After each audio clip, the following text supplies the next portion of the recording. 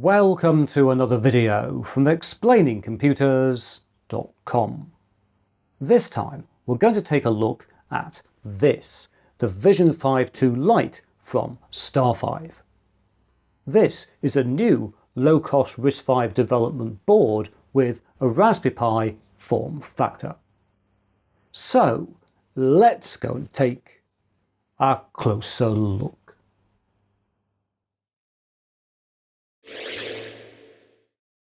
Right, here we have our VisionFive 2 Lite, and specifically this is a 4GB model with onboard Wi-Fi that I purchased via its Kickstarter campaign for £29.99 including shipping, which is about $39 US, 50.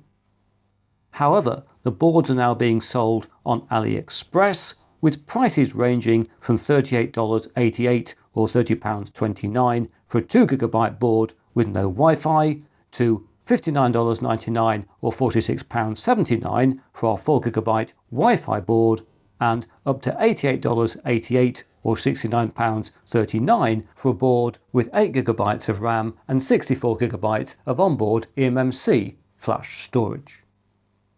So let's bring in Stanley the knife and get into our 4GB board.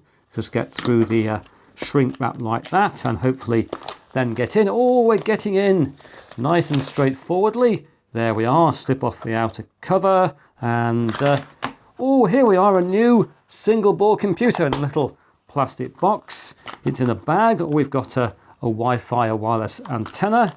Let's get out the board itself. Here we go. Is the bag sealed? It's not sealed. We go straight in to our new, come on Christopher, there we are, our new RISC-V single board computer. To set it in context, over here I've got a Raspberry Pi 3, and if we put the VisionFive 2 Lite down next to it, we can certainly see that this board has got a Raspberry Pi Model B form factor. And this makes the VisionFive 2 Lite physically smaller than the original VisionFive 2, which we can see if I bring in the original VisionFive 2. Here it is, clearly a physically much larger board. So you may now be wondering, what are the practical differences between the VisionFive 2 Lite and the original VisionFive 2, other than this board being smaller and also cheaper? Well, the key difference is whilst both of these boards have got 4 SiFive U74 64-bit RISC-V CPU cores, the VisionFive 2 is based on StarFive's J87110 SoC with the cores running at 1.5 GHz. Whereas the VisionFive 2 Lite is based on the J87110S SoC with its cores running slightly slower at 1.25 GHz. And we also have 2 1GB Ethernet ports on the VisionFive 2, but only one on the VisionFive 2 Lite. This said, the VisionFive 2 Lite does include onboard Wi-Fi and Bluetooth on most models, which is not available on the original VisionFive 2. So, if you're looking for a RISC-V maker board at a very decent price point, the VisionFive 2 Lite is well worth considering. And I still can't believe I got this quad-core 4GB RISC-V SBC, including delivery, for £29.99.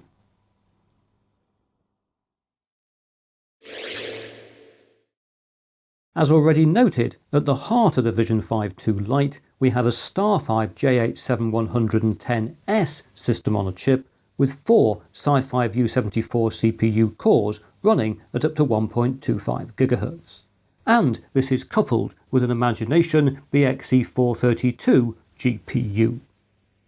Next to the SoC on one side, we then have our 4GB of RAM, which is low power DDR4, and on the other side there's the wireless module which offers Wi-Fi 6 and Bluetooth 5.4.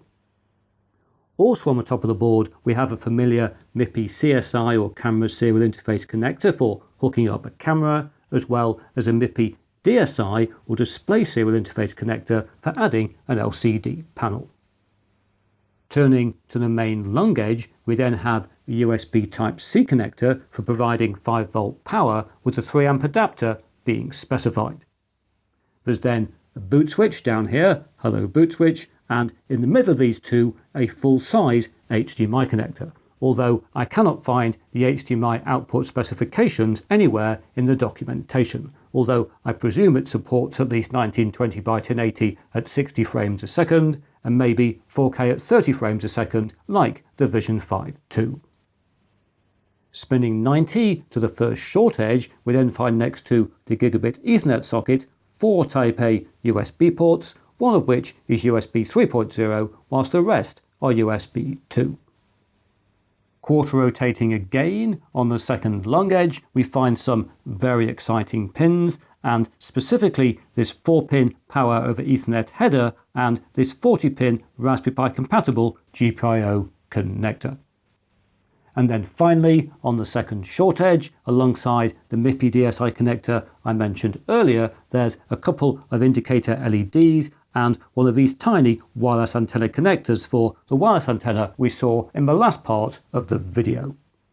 However, we're not finished yet, as if we turn the board over like this, we discover not just the expected microSD card slot, but also an M-keyed M.2 connector that can accommodate a 2242 NVMe SSD. And so, if we turn the board back the right way up like that, I'm sure it'll feel better properly oriented, we can see that I've purchased quite a bit of RISC-V hardware functionality for just under £30. And performance-wise, what we have here is probably a board with about the same CPU power as a Raspberry Pi 3, but with 4 times the RAM, a USB 3 port and an M.2 connector. So let's grab a microSD card and go in search of a compatible operating system.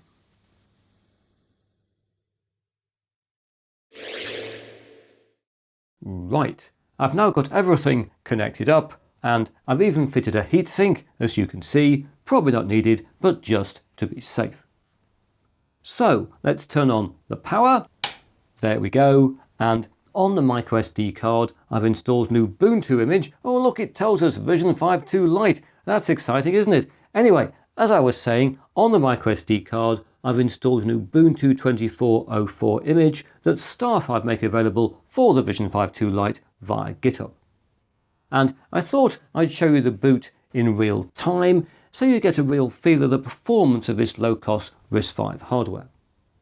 So, whilst the boot process does its stuff, I think we should reflect on the fact that the VisionFive 2 Lite is a RISC-V development board in the truest sense of that term, with its target market, its target audience being people keen to develop for or otherwise experiment with the RISC-V instruction set architecture. So, to be clear, the hardware we're testing here is not being sold as a direct competitor to a single board computer like, for example, a Raspberry Pi, which is based on the far more mature ARM ISA. Right now, for desktop use, for this type of use, RISC-V is still very much in development, although we are getting closer and closer to having RISC-V hardware that will compete with the ARM and x86 boards. Still, right now we're waiting for something to happen. It'll happen, I'm sure, very soon. There it is, look! We can now log in, username user and password *5 like that, and we will arrive on the Ubuntu desktop. And it's worth pointing out that this is pretty much what you'll see from a clean install. I've made a few scaling changes so things will read better on video, but I haven't installed any applications, I haven't reconfigured things like that. So what you're going to see here is what you get when you take the StarFive Ubuntu 24.04 image for this board and install it on it, and it boots up as it has for us now. So let's see what's pre-installed. Let's look in applications, and here we are. It's got a lot is pre-installed. It's a pretty complete Ubuntu image. We've got Firefox, we've got LibreOffice, we have got VLC Media Player, we have got the system monitor here, so let's run it up and have a look at what's going on. I'm sure some of you want to see that, and in a second it'll come up. This system is, in my experience, sluggish but very stable. I'd much rather have a system that was sluggish but stable rather than being unstable but a little bit faster. And as we can see, things are going along okay, just over 1 GB of memory used, as is typical on an Ubuntu system doing this type of thing. And our 4 cores are operating fine. I'm sure some of you want to see HTOP. We've got HTOP over here. If you want to dig around and see what processes are running, we will see those in a second. There we are, HTOP has come up. You can get your fill of that. We've taken about almost 3 minutes to get to this point. There we are. But things are going along. That is fine. That's what I will give you of that. We can't give you too much of that or you get too excited. So we will leave that there. Any more we want to see in this? I don't think so. Oh, we'll have a look in up in the menu here, and we'll go into settings, just to show you what it can tell us about the system, which isn't a great deal actually, but you'll see in a second that as it comes up. Here it's going to be, and there we are. Let's just pull that over here, and if we look in about, and we go down to system details, it tells us nothing at all about the processor. We can see our GPU, we can see we're running Ubuntu, GNOME 46, then it's kernel 6.12.5, star 5, so tweaked of course for this particular board. So there we are, things are working. And I'm sure you want to see, just out of interest, what happens when we run up a browser. So we will run up a browser, we will run up Firefox. Again, it'll take it a second, but I'll give you the full experience in real time. Remember, we are running here from a micro SD card. That isn't going to help performance, but the performance here is mainly due to the obvious performance of the cores of the CPU we've got available. But we will get to Firefox in a second. Oh yes, it's getting there. Look, Firefox is doing its stuff. I do like experimenting with RISC-V hardware. I know some of you get this, some of you don't, but I think it's fascinating experimenting with a new ISA. So here we are on the ExplainingComputers website. That is working fine. And it's also loading in here another website, which, guess what, is the Christopher Barnett YouTube channel, which contains my test clip. So we can do a little bit of streaming media playback, which is really forcing things on this board. Although, when I did my RISC-V week, over a year ago it was now, I actually used RISC-V hardware for a whole week for all my computing, and I used in that week the VisionFive 2, rather than the Lite version that wasn't available then, for all of my streaming. I worked in 720p, and it worked fine. So this board shouldn't be too far behind that, although it does seem to be a reasonable distance behind. And here we will just speed on through until everything has settled. And here we are now, our running 720p YouTube video on the VisionFive 2 Lite. And there are drop frames. We can clearly see that there's a lot of drop frames. It is just about watchable, but this is clearly not what we'd use this board for. Although I'm always keen to see what we can do in terms of desktop operating system experience, and the ability to see streaming media with a browser is clearly part of a desktop operating system experience. But now I think we will move on to run some more specific performance tests.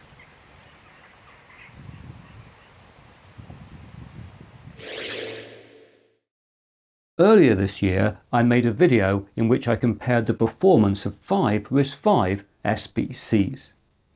This included running Geekbench as well as some drive speed and power use tests. The VisionFive 2 Lite is less powerful but also cheaper than the boards I've previously tested, and so I thought we would see how its performance compares. Firstly, let's run Geekbench 6, which I've got all ready to go here in the terminal, so let's kick it off like that. And it's worth noting that Geekbench only runs in preview mode for RISC-V, so we can't apply a license and see results as we go. And as this will take quite a long time, I think we'll come back when it's finished. And here we are. Geekbench has run all of its different tests. So let's open up a link to see the results. There we are, and we'll now put these results across onto our Geekbench table. Where there were no surprises, the VisionFive 2 Lite comes out a bit slower than the VisionFive 2. Its CPU cores are, after all, clocked slightly slower, and therefore it's not surprising to see that the VisionFive 2 Lite is the least powerful board reflected in the Geekbench test. Next, let's move on to some drive speed tests. And for this, I want an NVMe SSD fitted to the board, but I don't own a 2242 NVMe SSD. I've only got the shorter or the longer drives. And so, as you can see, I've rather precariously mounted a 2230 Raspberry Pi NVMe SSD under the VisionFive 2 Lite. And I would note you can run your operating system from this drive. It is bootable, but I haven't tried that given the way I've had to mount this drive. Although I hope it'll stay in place, it'll work okay just for a drive speed test. So let's go across to the desktop. Here we are, where we can see the SSD has at least mounted, and if we do an ls-blk list block devices, we can see there it is on the system along with our microSD card. So let's bring up the HD parameters speed test and see what we get. I don't know what the interface is here. I presume it's PCIe 2.0 single lane, but I don't really know. And there we are, a speed of 172.25 megabytes a second. And whilst we're here, I'm sure we want to know the speed of the microSD card, so I'm sure that's in the buffer too if I'm lucky. There it is, let's run that test as well. And the speed of the microSD card on the VisionFive 2 wasn't very good. We'll see what it is on the VisionFive 2 Lite. It still isn't very good, 20.54 megabytes a second. So let's put these results across onto our comparison table, where, as we can see, we're getting basically the same performance as the VisionFive 2. That's hardly a surprise, but not as much as the more expensive RISC-V SBCs. Finally, let's move on to power, where for an at-load test I've now got all the CPU cores maxed out, and if we bring up a power meter, you can see that the VisionFive 2 Lite is using about 5.1 watts at load. And to stress out the CPU cores, I'm running a test called Silverbench, which runs in a browser. It's a browser-based ray tracing test, CPU-based ray tracing test, although I've not included this test in this video comparing to other boards because it only runs reliably in terms of results in the Chromium-based browser, and I can't get a Chromium-based browser running on this system, and therefore I can't do a comparable test. You never quite know, RISC-V is not standardized, yet not everything always runs on RISC-V systems. Anyway, it is allowing us to do an at-load test to show we've got that about 5 watts load use, and of course if we close this down and close that down, our power use will drop. There it is dropping on the meter, and it'll drop down to about what? Oh, 3.6 watts, 3.7 watts, something like that. 3.6 watts seems to be about the minimum power use. Oh, we almost saw 3.5 then. 3.5 watts. No, I think 3.6 watts will record on the table. And talking of which, we can see that the VisionFive 2 Lite has got an idle power draw very similar to several of the other RISC-V SBCs, the Lite Pi, 3A, the Orange Pi, RV2, etc. And of course, hardly surprisingly, it's got the minimum power use at load because it's got less powerful CPU cores.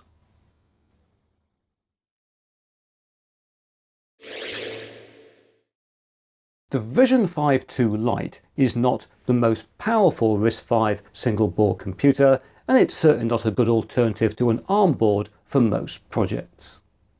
However, if you're keen to experiment with RISC-V, it's a great piece of hardware at a very decent price point. But now that's it for another video. If you've enjoyed what you've seen here, please press that like button. If you haven't subscribed, please subscribe, and I hope to talk to you again very soon.